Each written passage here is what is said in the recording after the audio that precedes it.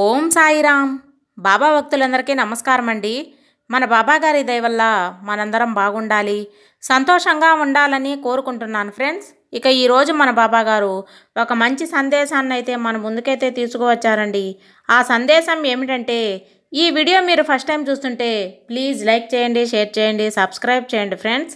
బాబా గారు ఏం చెప్పబోతున్నారంటే, తల్లి చూసిన క్షణమే ఈ నారాయణుడి పాదం పట్టుకో, చేసిన పాపాలు పోయి రాజయోగం కనిపిస్తుంది అని చెప్పి బాబాగారు ఈరోజు మనకందరి కోసం ఒక ఒక మంచి సందేశాన్ని అయితే అందిస్తున్నారండి. ప్రతి ఒక్కరూ కూడా బాబాగారి నమ్మకంతో ఆయన్ని శరణు వేడుతూ నారాయణుని పాదం పట్టుకుందాం. చేసిన పాపాలు ఎన్ని ఉన్నా సరే పూర్తిగా నశించి రాజయోగం పట్టబోతుంది తల్లి అని చెప్పి బాబాగారు ఇచ్చే ఈ సందేశం నిజంగా మన జీవితంలో చేసిన పాపాలన్నీ పూర్తిగా నశిస్తాయి. నమ్మకంతో ఆ నారాయణ్ణి పాదం పట్టుకొని చూద్దాం. అసలు బాబాగారు ఏం చెప్పాలి అనుకుంటున్నారో విని తెలుసుకుందాం. ఏది ఎలా జరగాలో అలాగే జరుగుతుంది.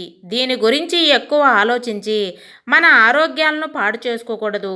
అసలు బాబాగారు అందించే ఈ సందేశం ద్వారా నిజంగా మనం ఎక్కడ తప్పు చేస్తున్నామో, చేసిన పాపాలను ఏ విధంగా తొలగించుకోవాలో భగవంతుడు ఇచ్చే మార్గం, ఆ మార్గాన్ని మనం ఎంచుకోవాలి. అంతేగాని తిరస్కరించుకోకూడదు. మరి బాబాగారు ఏం చెప్పాలి అనుకుంటున్నారో ఇప్పుడు విని తెలుసుకుందాం తల్లి. ఏది ఎలా జరగాలో అలాగే జరుగుతుంది. దేని గురించి ఎక్కువగా ఆలోచించవద్దు. జరగాల్సినవన్నీ ఆ భగవంతుడు నీకు సమయానికి అందిస్తాడు, జరిపించే తీరుతాడు. ఆలోచించి నీ ఆరోగ్యం పాడు చేసుకోవద్దు. ఆలోచించి మనమే ఎన్నో సమస్యలు ఏర్పరచుకుంటూ ఉంటాము. కాబట్టి జాగ్రత్తగా ఉండు. ఎంతో ఒత్తిడిని, అలజడిని ఏర్పరచుకుంటున్నావు. వీటన్నింటినీ వదిలి అన్నింటినీ అంగీకరిస్తూ మన ఎదుట ఏ పని అయితే ఉందో దాన్ని మనస్ఫూర్తిగా చేస్తూ, ఎవరి స్వేచ్ఛ వారికిస్తూ, ప్రతి ఒక్కరిని గౌరవిస్తూ, ఆలోచన లేకుండా ప్రశాంతంగా ఉంటే ఇదే నీకు ఆధ్యాత్మికత తల్లి. ఏ కర్మలను అనుభవించడం కోసంగా నీ దేహం లభించిందో వాటిని అనుభవించే తీరాలి. వాటిని వదిలేయడం అనేది వ్యక్తి యొక్క ఇష్టాల మీద ఏమాత్రం ఆధారపడి ఉండదు. నువ్వు ఇష్టమైన కష్టమైన దాన్ని అనుభవిస్తేనే పరిపూర్ణమవుతుంది. శరీరంలో ఎంతసేపు ఉంటామన్నది తెలియదు. ఈశ్వరుడి శ్వాసము అయ్యే వరకు ప్రతి క్షణము సద్వినియోగం చేసుకుంటే ఉత్తర జన్మలు బాగుంటాయి. లేకపోతే ఎన్ని జన్మలైనా తిరుగుతూనే ఉంటాయి. నువ్వు ఏ విధంగా ప్రవర్తిస్తే నీ జన్మ అంతా సత్ఫలితాలను పొందుతుంది. అబద్ధం, కపటం, చౌర్యం, హింస, మోసం, వ్యభిచారం మొదలైనవన్నీ సామాజిక జీవనాన్ని కలుషితం చేసే కర్మలు. వీటిని ఎంత దూరంగా ఉంటే అంత మంచిది. నీ వల్ల ఇల్లాలు బాధపడినా, నీ వలన ఒక ఆడది బాధపడినా, నువ్వు ఎన్ని పుణ్యాలు చేసినా, నువ్వు ఎన్ని తపస్సులు చేసినా ఆ శ్లోకం నిన్ను మృత్యు రూపంలో కబళిస్తుంది. అందుకని ఆడవాళ్ళ జోలికి వెళ్ళొద్దు అంటారు. కాబట్టి ఎవరితో ఎలా మసులుకోవాలో జాగ్రత్తగా ఉండి చూడు. ఆ జన్మాంతం పాపాలన్నీ గురించి, నరకాన్ని గురించి అనుకుంటుండడం ఎందుకు? భగవాన్ నామస్మరణ చేసి, ఓ పరమేశ్వర తండ్రి, నేను చేయరాని పనులెన్నో చేశాను, చేయవలసిన పనులెన్నో చేయక విడిచిపెట్టాను తండ్రి, నన్ను క్షమించు, ఇక తప్పులు చేయను అని మొరపెట్టుకో. భగవంతుడిపై దృఢ విశ్వాసం ఉంచుకో. తప్పక పాప విముక్తుడివి అవుతావు.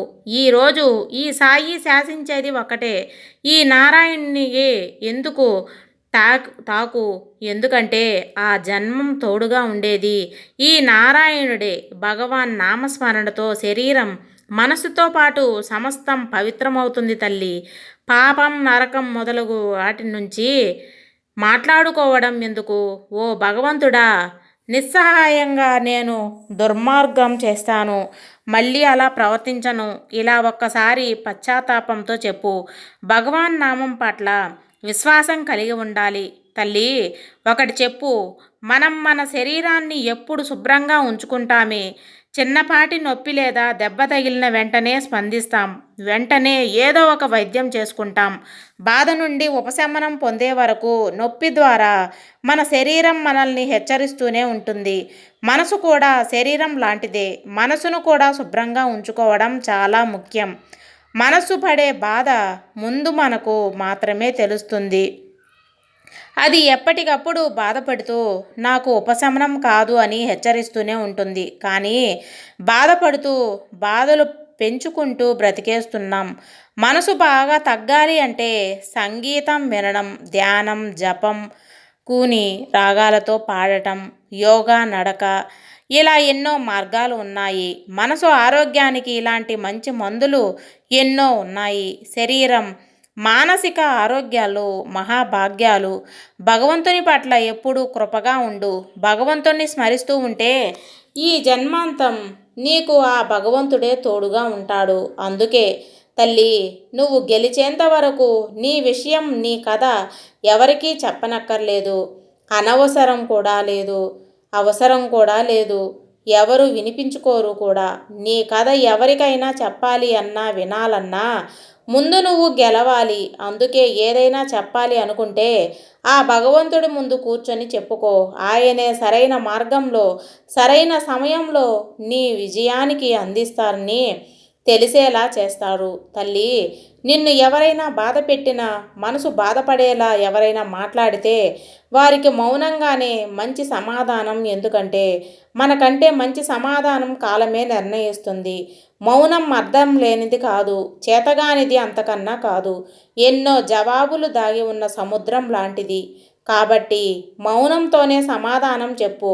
ఏదైనా పుణ్యం కానీ పాపం కానీ చేసి మనం మర్చిపోతామేమో, కానీ ఆ భగవంతుడు ఆ పాప పుణ్యాలకు ఫలితాన్ని ఇచ్చి తీరుతాడు. కాబట్టి చేసే ప్రతి పనిలోనూ అప్రమత్తంగా ఉండటం ఎంతో అవసరం. ఎందుకంటే వాటి ఫలితాన్ని అనుభవించాల్సింది సాక్షాత్తుగా మనమే. కాబట్టి మనల్ని చూసే కళ్ళు ఎన్నో ఉండవచ్చు, కానీ మనల్ని తలుచుకుంటూ వాళ్ళు కళ్ళల్లో నింపుకొని ఎదురు చూసేవాళ్ళు ఇద్దరే ఉంటారు. వాళ్ళే తల్లిదండ్రులు. అలాంటి వారిని నువ్వు జాగ్రత్తగా చూసుకోవాలి. జీవిత పయనం ఎటువంటుందో, ఎవరి గతి ఎలా పోతుందో ఎవరు ఊహించలేరు. ఉన్నన్ని రోజులు సంతోషంగా ఉండాలి తల్లి. నీకు ఉండవలసింది భగవంతుని మీద అపారమైన నమ్మకం. అది ఉంటే చాలు. ఎవరు ఏది కోరుకున్నా సరే అది తప్పకుండా నెరవేరుతుంది. అది ఒకవేళ జరగకపోయినా అంతకు మించి మేలు జరుగుతుంది అన్నది మాత్రం గుర్తుపెట్టుకో. ఎందుకంటే ఈరోజు జరగలేనిదే అని నువ్వు బాధపడుతున్నావు, కానీ రేపటి రోజున వచ్చే సంతోషం చూసి ఇంకెంత నువ్వు ఆనందపడతావో ఒక్కసారి ఆలోచించు. నేను నీ రాబోయే కష్టాన్ని ఆపను, కానీ నీకు దాన్ని సులువుగా దాటించే మార్గాన్ని, శక్తిని కలిగిస్తాను. దారిని సరళంగా చేస్తాను. కేవలం నువ్వు ధర్మ మార్గంలో సాగుతూ ఉంటే చాలు. పాప పుణ్యాలు మనిషి ఆధీనంలోనే ఉంటాయి. మీకు నచ్చింది చేసే అధికారం నీకున్నా వాటి ఫలితాలను నీకు ప్రతిఫలంగా ఇచ్చే అధికారం మాత్రమే నాది. ఎవరి కళ్ళతోనూ దేహం తీర్చుకోకూడదు. కర్మ ఫలితమైన తిరిగి వచ్చి నీ కడుపున మంట పెట్టక మానదు. ఏదో ఒకరోజు నీ తప్పు లేకున్నా, నిన్ను ఎవరు బాధ పెట్టినా, నీకు ప్రతీకారం తీర్చుకోవడం చేతకాకున్నా కాలం తప్పకుండా శిక్షిస్తుంది. అది నువ్వు నీ కళ్ళతోనే చూడగలుగుతావు.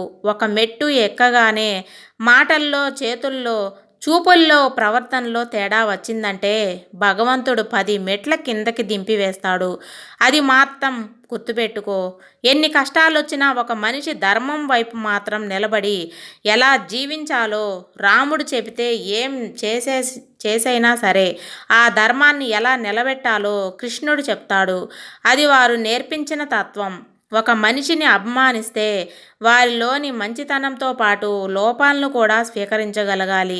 అప్పుడే స్నేహమైనా సరే, బంధమైనా సరే ఎప్పటికీ నిలిచి ఉంటుంది. ప్రపంచంలో లోపం లేని వ్యక్తి ఉండరు కదా.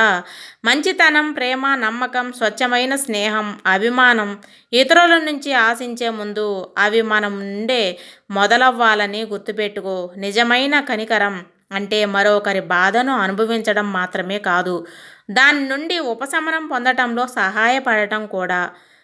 ఈ ప్రపంచంలో చెడ్డవారిని కనిపెట్టడం చాలా కష్టమైపోయింది. ఎందుకంటే చెడ్డవాడు మంచివాడి కంటే మంచిగా నటిస్తున్నాడు కాబట్టి అలాంటి వారితో ఎలా మసులుకోవాలి, ఎలా ప్రవర్తించాలి అన్నది నీ చేతుల్లోనే ఉంటుంది తల్లి. శరీరాన్ని మించిన క్షేత్రం లేదు, మనసును మించిన తీర్థం లేదు, జీవితాన్ని మించిన గ్రంథము లేదు, అంతరాత్మను మించిన గురువు లేడు, అనుభవాన్ని మించిన పాఠం లేదు. కాబట్టి అన్నీ నీలోనే ఉన్నాయి. ఆ భగవంతుడు కూడా నీలోనే ఉన్నాడు. నువ్వు చూసే కళ్ళతో ఆ భగవంతుడు నీకు కనిపిస్తాడు. ఎక్కడ చూసినా ఆ భగవంతుడే నీకు కనిపించేలా నువ్వు చేసుకోవాలి. నువ్వు అంత నమ్మకాన్ని ఉంచుకుంటేనే ఆ భగవంతుడు నీతో కనిపిస్తాడు. మనం వెంట ఎవరున్నా, ఎంత సంపద ఉన్నా మనోబలానికి సాటిరారు. మనిషి తుది శ్వాస వరకు ఉండవలసినది ఈ సుగుణం, ఎంతో అద్భుత సంపద. ఇది గుర్తుపెట్టుకో తల్లి. ఆనందం నీ స్వభావం, దాన్ని కోరుకోవడం తప్పు కాదు. తప్పు ఏమిటంటే నీ లోపల ఉన్నప్పుడు బయట వెతకడం తల్లి. ఉన్నది ఉన్నట్టు గ్రహించడానికి మనసు కానీ అవసరాల చెత్తలు తయారు చేయడానికి కాదు. అది ఒక అద్దం లాంటిది. అన్నింటినీ ఉన్నది అన్నట్లుగా చూపిస్తుంది, చూపించాలి కూడా. ఈ క్షణం దృఢంగా తెలివిగా జీవించడంలో మానసిక శారీరక ఆరోగ్యాలను రహస్యం దాగి ఉంది. తప్పగా గతం గురించి విచారణలోనూ, భవిష్యత్తు గురించి ఆందోళనలోనూ లేదు. ఏవో పనులు చేయడంలోనూ లేదు. ఏదో సాధించడంలోనో, ఇంకా ఎవరినో మెప్పు పొందడంలోనో, ఎవరితోనో పోట్లాడటంలోనో ఆనందం ఉండదని అనుకుంటాం. అది చాలా పొరపాటు. బయట ఆనందం అంటూ ఏమీ లేదు. ఆనందం మనసులోనే ఉంటుంది, ఏకాంతంలోనే ఉంటుంది. ఈ విషయం అర్థం చేసుకుంటే ఆనందం కోసం బయటకు వెళ్ళే పని లేదు. మన ఇంట్లోనే కూర్చొని ఆనందంగా ఉండవచ్చు. జీవన ప్రయాణంలో ఎదురయ్యే ఎదురు దెబ్బలకు ఎదుగుదలకు నచ్చేటుగా మార్చుకొని గుండె నిర్భరంతో, ధైర్యంగా, ఆత్మవిశ్వాసంతో ముందుకు వెళ్ళటమే నైపుణ్యంతో కూడిన జీవితం తల్లి. ఆ శ్రీమన్నారాయణ్ణి పాదాలు పట్టుకో, క్షమించమని వేడుకో. చేసిన పాపాలన్నీ తీరిపోతాయి. ఏం జీవితం ఇది అని బాధపడటం కంటే నా జీవితానికి ఏం తక్కువైందని సంతోషంగా బ్రతికి చూడు. జీవితం ఎంతో బాగుంటుంది. మనకన్నా కొన్ని వేల మంది బాగుండి ఉండవచ్చు, కానీ కొన్ని కోట్ల మంది కన్నా మనం బాగున్నామని నిజానికి మరువకూడదు. సంతోషం అనేది మనం మనసుతో స్పృశించుకోవాలి అంతే, అంతేకాని బాధతో స్పృశించకూడదు. నా దగ్గర ఏముంది ఇవ్వడానికి అని మనలో చాలామంది అనుకుంటూ ఉంటాము. కానీ ఎంత ఇచ్చినా తరగనిది, కరగనిది ఆస్తులు రెండు ఉన్నాయి. మొదటిది స్వచ్ఛమైన నవ్వు, రెండవది సంతోషమైన ప్రేమను పంచే వెలకెట్టలేని ఆత్మీయత. కష్టపడి సంపాదించిన ఆస్తులు కర్పూరంలా కరిగిపోవచ్చు, కానీ మనకి సహజంగా వచ్చిన ఈ ఆస్తులు పంచే కొద్దీ పెరుగుతూనే ఉంటాయి. మరి దాన్ని నువ్వు పెంచుకుంటూ పోతే నీ ఆత్మబలం స్థిరంగా ఉంటుంది. నువ్వు కూడా ఆనందంగా ఉండగలుగుతావు. నచ్చని క్షణాలు చాలా ఉండవచ్చు, వస్తాయి కూడా. ఆ క్షణాలు మోసపోయామనో, కోల్పోయామనో మధ్యలోనే వదిలేయరాదు. తోటి ప్రయాణికుడు నచ్చకపోతే రైలు నుండి దూకేస్తామా ఏంటి? గొడుగు రంగు నచ్చకపోతే వర్షంలో తడుస్తామా ఏంటి? ఏదైనా సరే గమ్యం చేరుకోవాలి. మన ప్రయాణమే మన కథ. మన సాయినాథుడు ఆ శ్రీమన్నారాయణ పాదాలను పట్టుకో అని చెప్తున్నారండి. సర్వేజన సుఖినో భవంతు. జై సాయిరాం.